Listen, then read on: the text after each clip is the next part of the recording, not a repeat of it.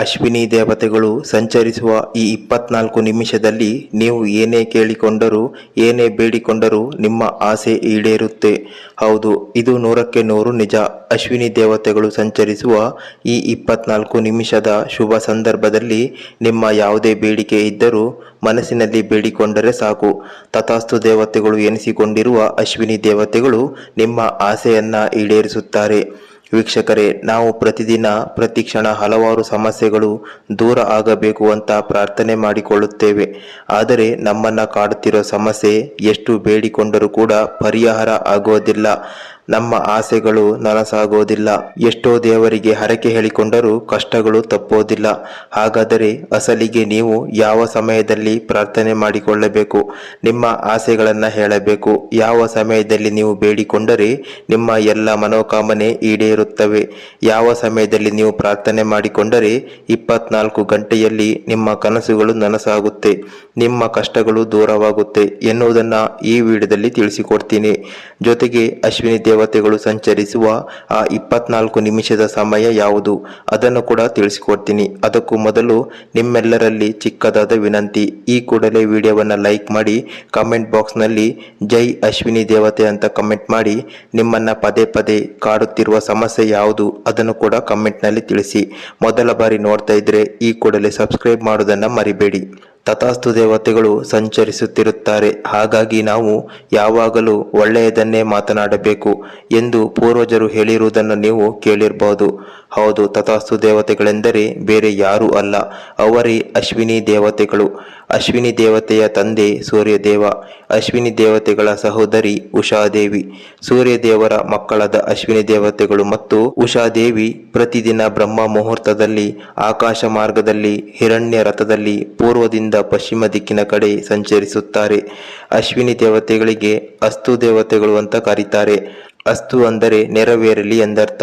ಹಾಗಾಗಿ ನಮ್ಮ ಹಿರಿಯರು ಪೂರ್ವಜರು ಯಾವಾಗಲೂ ಒಳ್ಳೆಯದನ್ನೇ ಯೋಚಿಸಬೇಕು, ಒಳ್ಳೆಯದನ್ನೇ ಮಾತನಾಡಬೇಕು.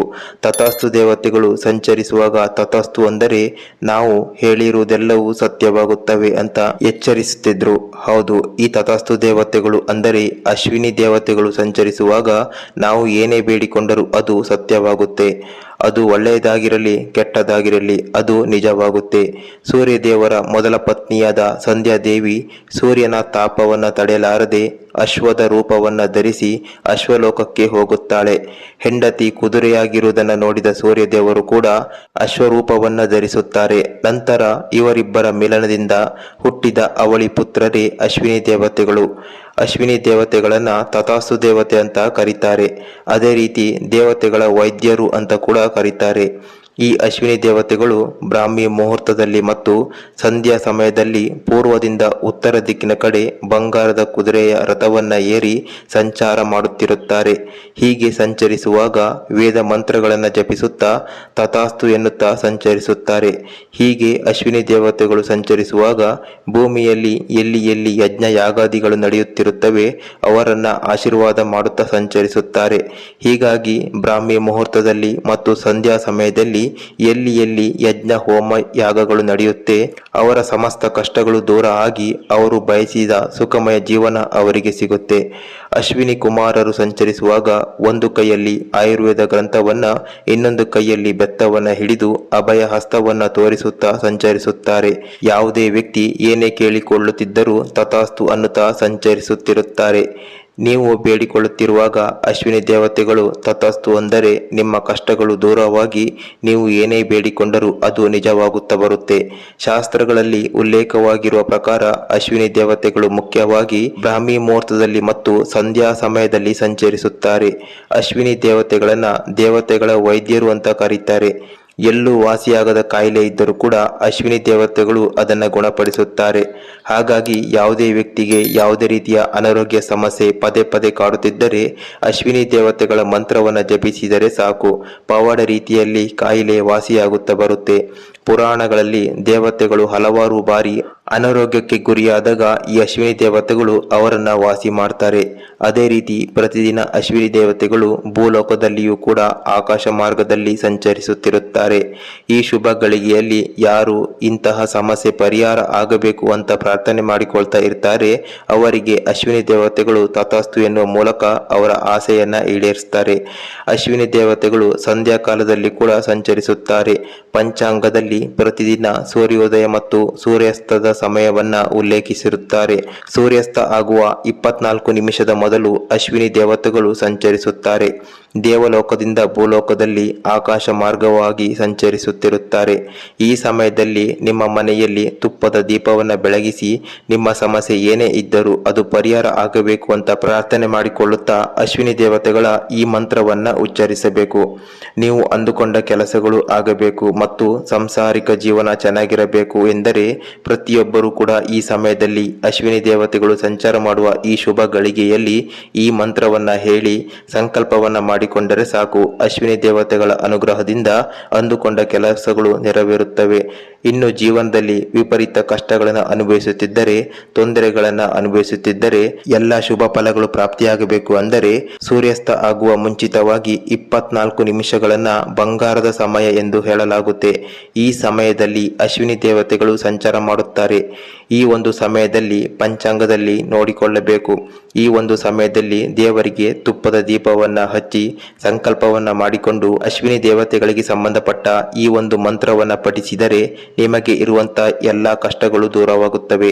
ಅಶ್ವಿನಿ ದೇವತೆಗಳ ಮಂತ್ರವನ್ನು ನೋಡೋದಾದ್ರೆ ಓಂ ಶ್ರೀ ಅಶ್ವಿನ್ಯೈ ನಮಃ. ಅಶ್ವಿನಿ ದೇವತೆಗಳ ಈ ಮಂತ್ರವನ್ನ ಪ್ರತಿದಿನ 1 ಬಾರಿ, 3 ಬಾರಿ, 21 ಬಾರಿ ಅಥವಾ 108 ಬಾರಿ ಜಪಿಸಬಹುದು. ನಿಮ್ಮ ಕಷ್ಟಗಳೆಲ್ಲ ದೂರವಾಗುತ್ತೆ.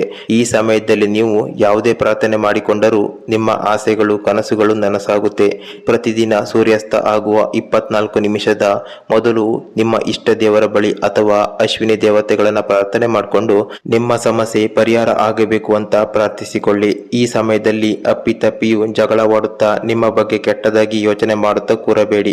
ಬದಲಾಗಿ ಭಕ್ತಿಯಿಂದ ದೀಪವನ್ನು ಬೆಳಗಿಸಿ ನಿಮ್ಮ ಸಮಸ್ಯೆ ಯಾವುದು ಪರಿಹಾರ ಆಗಬೇಕು ಅದನ್ನು ಸ್ಪಷ್ಟವಾಗಿ ನಿಮ್ಮ ಇಷ್ಟ ದೇವರ ಬಳಿ ಅಥವಾ ಅಶ್ವಿನಿ ದೇವತೆಗಳ ಬಳಿ ಹೇಳಿಕೊಂಡು ಪ್ರಾರ್ಥನೆಯನ್ನ ಸಲ್ಲಿಸಿ. ಒಂದು ವೇಳೆ ಮಂತ್ರ ಜಪಿಸಲು ಸಾಧ್ಯವಾಗದೇ ಇದ್ದರೂ ಪರವಾಗಿಲ್ಲ, ಭಕ್ತಿಯಿಂದ ಇಂತಹ ಸಮಸ್ಯೆ ಪರಿಹಾರ ಆಗಬೇಕು, ಜೀವನದಲ್ಲಿ ಬಯಸಿದ ಎಲ್ಲವೂ ಕೂಡ ನನಗೆ ಸಿಗಬೇಕು ಅಂತ ಪ್ರಾರ್ಥಿಸಿಕೊಂಡರೆ ಸಾಕು. ನೀವು ಕೇಳಿಕೊಂಡ ಎಲ್ಲವೂ ಕೂಡ ನಿಮಗೆ ಸಿಗುತ್ತದೆ. ಅದೇ ರೀತಿ ಈ ಸಂಧ್ಯಾ ಸಮಯದಲ್ಲಿ ಯಾರಿಗೂ ಕೂಡ ಬೈಯುವುದಾಗಲಿ, ಶಾಪ ಹಾಕುವುದಾಗಲಿ, ಕೆಟ್ಟದಾಗಿ ಮಾತನಾಡುವುದಾಗಲಿ ಮಾಡಬೇಡಿ. ಅಷ್ಟೇ ಅಲ್ಲ, ಹಣ ಇಲ್ಲ, ಆರೋಗ್ಯ ಸರಿ ಇಲ್ಲ, ಈ ರೀತಿಯಾಗಿ ಸುಳ್ಳು ಹೇಳುತ್ತಿದ್ದರೂ ಅದು ನಿಜವಾಗುತ್ತೆ. ಹಾಗಾಗಿ ಈ ಬಂಗಾರದ ಸಮಯದಲ್ಲಿ ಎಲ್ಲ ವಿಷಯದಲ್ಲಿ ಒಳ್ಳೆಯದನ್ನೇ ಮಾತನಾಡುತ್ತಾ ಒಳ್ಳೆಯದನ್ನ ಬಯಸುತ್ತೀರಿ. ಯಾರಿಗೂ ಕೆಟ್ಟದನ್ನ ಬಯಸದೆ ನಿಸ್ವಾರ್ಥದಿಂದ ಒಳ್ಳೆಯದಾಗಲಿ ಅಂತ ಪ್ರಾರ್ಥಿಸಿಕೊಂಡರೆ ತಥಾಸ್ತು ದೇವತೆಗಳು ನಿಮ್ಮ ಪ್ರಾರ್ಥನೆಯನ್ನ ಕೇಳಿಸಿಕೊಂಡು ತಥಾಸ್ತು ಅನ್ನುತ್ತಾರೆ. ಹಾಗಾಗಿ ಎಲ್ಲರಿಗೂ ಒಳ್ಳೆಯದನ್ನ ಬಯಸುತ್ತಾ ಒಳ್ಳೆಯದನ್ನ ಪ್ರಾರ್ಥಿಸಿಕೊಂಡರೆ ನಮ್ಮ ಜೀವನದಲ್ಲಿ ಒಳ್ಳೆಯದೇ ಆಗುತ್ತೆ ಅಂತ ಗ್ರಂಥದಲ್ಲಿ ಉಲ್ಲೇಖವಿದೆ. ಅಷ್ಟೇ ಅಲ್ಲ, ತಥಾಸ್ತು ದೇವತೆಗಳು ಸಂಚರಿಸುವ ಈ ಸಮಯದಲ್ಲಿ ಆರೋಗ್ಯ ಸರಿ ಇಲ್ಲ, ಹಣ ಸರಿ ಇಲ್ಲ, ಗ್ರಹಚಾರ ಸರಿ ಇಲ್ಲ, ವಾಸ್ತು ದೋಷ, ಹೀಗೆ ನಿಮ್ಮ ಬಗ್ಗೆ, ನಿಮ್ಮ ಮನೆಯ ಬಗ್ಗೆ ಕೆಟ್ಟದಾಗಿ ಮಾತನಾಡುತ್ತಿದ್ದರೆ ಅದು ಕೂಡ ಸತ್ಯವಾಗುತ್ತದೆ.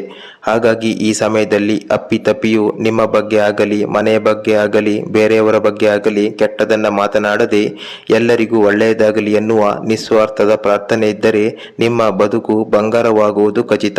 ಈ ಮಾಹಿತಿ ಬಗ್ಗೆ ನಿಮ್ಮ ಅನಿಸಿಕೆಯನ್ನ ಪ್ರತಿಯೊಬ್ಬರು ಕಾಮೆಂಟ್ ಬಾಕ್ಸ್ ನಲ್ಲಿ ತಿಳಿಸಿ. ಸ್ವಲ್ಪ ಉಪಯುಕ್ತ ಅನಿಸಿದ್ರು ಈ ಕೂಡಲೇ ಲೈಕ್ ಮಾಡಿ, ನಿಮ್ಮ ಸ್ನೇಹಿತರಿಗೆ, ಕುಟುಂಬದವರಿಗೆ ಆದಷ್ಟು ಶೇರ್ ಮಾಡಿ ತಿಳಿಸಿ. ಕಾಮೆಂಟ್ ಬಾಕ್ಸ್ ನಲ್ಲಿ ನಿಮ್ಮ ಇಷ್ಟ ದೇವರ ಜೈಕಾರ ಮಾಡುತ್ತಾ ಮತ್ತಷ್ಟು ಉಪಯುಕ್ತ ವಿಡಿಯೋಗಳನ್ನ ಮಿಸ್ ಮಾಡದೆ ಪಡೆದುಕೊಳ್ಳಬೇಕಂದ್ರೆ ಈ ಕೂಡಲೇ ಸಬ್ಸ್ಕ್ರೈಬ್ ಮಾಡೋದನ್ನ ಮರಿಬೇಡಿ.